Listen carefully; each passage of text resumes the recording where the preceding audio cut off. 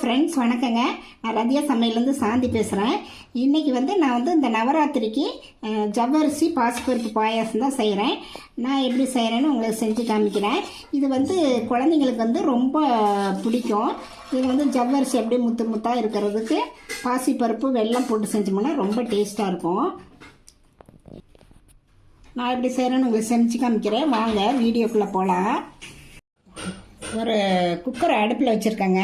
இது பாசிப்பருப்பு அரை கப்பு நான் பவுலில் எடுத்திருக்கேன். ஆனால் கப்பில் நான் அரை கப்பு பாசிப்பருப்பு எடுத்திருக்கேன். இதை தண்ணியெல்லாம் வாஷ் பண்ணிவிட்டு நான் இதில் போட்டிருக்கேன். இது கூட நம்ம ஒரு ஸ்பூன் நெய் ஆட் பண்ணிக்கலாங்க. நெய் ஆட் பண்ணி ஒரு நிமிஷம் வறுத்ததுக்கப்புறம் நெய்யில் அப்படியே லேசாக வறுத்ததுக்கப்புறம் நான் 1.5 கப்பு தண்ணி எடுத்துருக்கிறேங்க. இதை ஒரு 3 விசில் விட்டு நம்ம எடுத்துக்கலாங்க. ஜவ்வரிசி 1 கப் எடுத்துருக்கிறேங்க.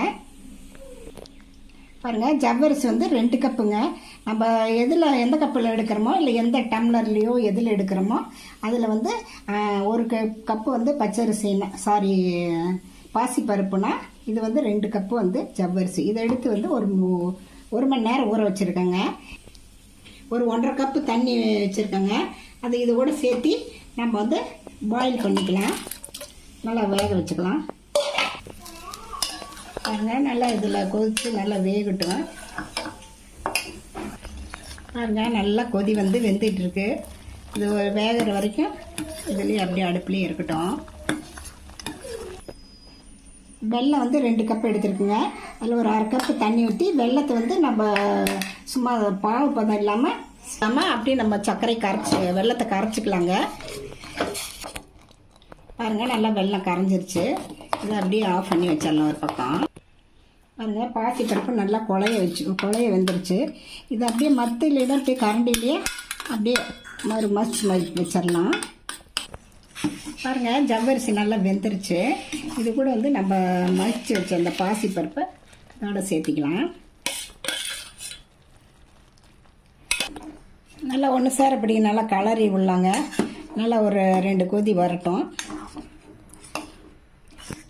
பாருங்கள், பருப்பும் ஜவ்வரிசியும் நல்லா சேர்ந்து நல்லா இதாக ஒன்றா சேர்ந்து வந்துருச்சு.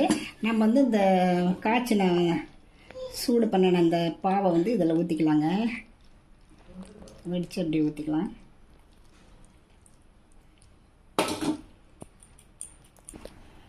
சர்க்கரை கரைசலில் ஒரு 2 நிமிஷம் அப்படியே இருக்கட்டுங்க. இந்த இனிப்பு சுவை என்ஹான்ஸ் பண்ண ஒரு பிஞ்சு சால்ட்டு போட்டுக்கலாங்க. ஒரு 1/2 டீஸ்பூன் ஏலக்காய் சேர்த்துக்கலாங்க. சேர்த்திட்டு நம்ம இது அப்படியே இறக்கி வச்சுட்டு முந்திரி திராட்சை இதோட நெய் ஊற்றி வறுத்து இதில் சேர்த்திக்கலாம். கடைசியில் நம்ம பால் ஊற்றிக்கலாங்க. கொஞ்சம் வெதுன்னு ஆனதுக்கப்புறம் சூடு ஆறுனதுக்கப்புறம் தாளிப்பு கரண்டி வச்சுருக்கேங்க. அதில் ஒரு ஸ்பூன் நல்லா நெய் நிறையா ஊற்றிடுறாங்க. முந்திரி உடச்சி இதில் சேர்த்திக்கலாங்க. இதை முந்திரி சவக்கட்டும். திராட்சையை இதோட சேர்த்திக்கலாங்க. நல்லா திராட்சை நல்லா உப்பி வரட்டும்.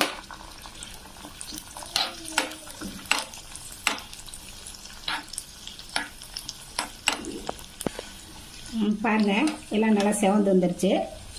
அது ஆஃப் பண்ணிடலாம். இந்த பாயாசத்தில் சேர்த்துடலாங்க. சேர்த்து நல்லா கலரி விட்டுலாம். கொஞ்சம் சூடு ஆறட்டுங்க. சூடு நல்லா கொஞ்சம் வெதுன்னு ஆயிடுச்சுங்க. சூடு அறங்கி நல்லா வெதுன்னு இருக்குது. இந்த ஸ்டேஜில் நம்ம தேங்காய் பாலோ இல்லைன்னா நம்ம நார்மல் பாலோ சேர்த்திக்கலாம். நான் நார்மல் பால் தான் சேர்த்துறேன். அது சேர்த்து ஒரு கலரி இடலாங்க. பாருங்கள், பார்க்கவே எப்படி இருக்குன்ட்டு. இந்த ஜவ்வரிசியில் அப்படி முத்தாக பார்க்குறதுக்கு ரொம்பவே அழகாக இருக்குது. இது இந்த வருஷம் நவராத்திரிக்கு நீங்கள் இது பிரசாதமாக படைச்சி